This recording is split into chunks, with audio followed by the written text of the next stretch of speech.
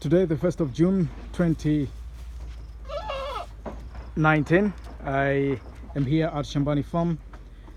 We have added a few more goats at the farm. Last weekend on Sunday, they arrived at the farm.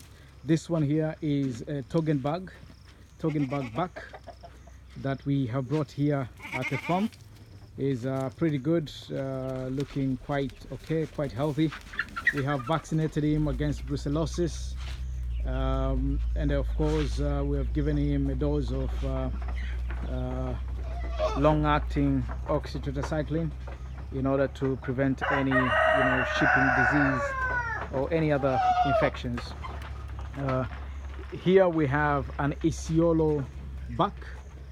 This is what is also known as a gala goat, or the Somali goat. We've brought two of them here to the farm.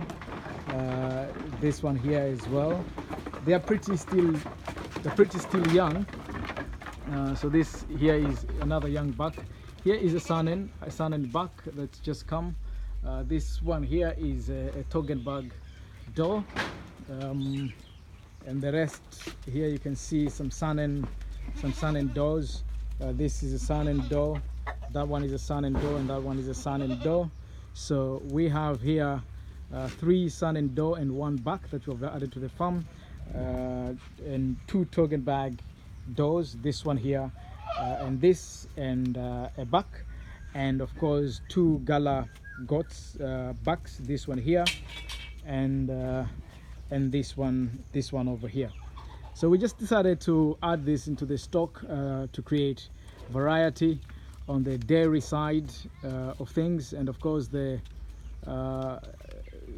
Gala goats are also known to be good producers of milk as well. So we have added them to the farm to help the small East African goats in terms of increasing their milk output, at the same time also increasing their meat output as well.